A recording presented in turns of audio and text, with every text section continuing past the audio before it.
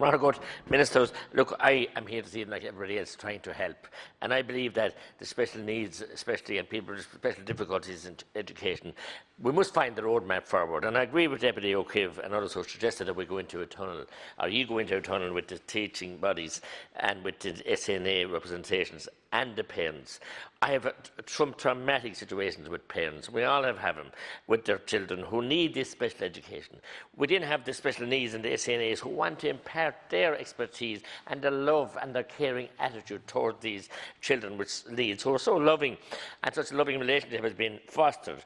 And we didn't have the boards of management, who I salute in many schools, who set up special needs, special rooms and for the different rooms, and the boards went with them, and the teachers brought into it, and the communities did.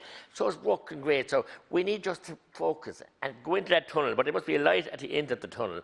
And this is our third attempt, and will be our third attempt, because we can't have any more false dawns for the parents and the families of the special education children, because they need certainty, and they need routine, and the routine was part of the relief when they go from the home, collected by the bus driver and the buses and the taxis. We must also bring them into the situation. We can't expect the buses just to be there and turn it off and on like a tap. So it's a loving relationship and a very special relationship, but we need it fostered and we need it done delicately and sensitively. And there are some parties of the left here who want to hijack this for their own forward their own positions. That is wrong and utterly wrong. Altogether, we must try and sort this out, get it right in the next week or two, and give those special children the services, and allow the SNAs and those caring people who love doing their work to be able to be in a safe environment with certainty and guaranteed safety of the children, the parents, the bus drivers and the communities. And I plead with you to do that, to sit down sensitively. I come in during your work today and your attitude towards it, so look, you understand it.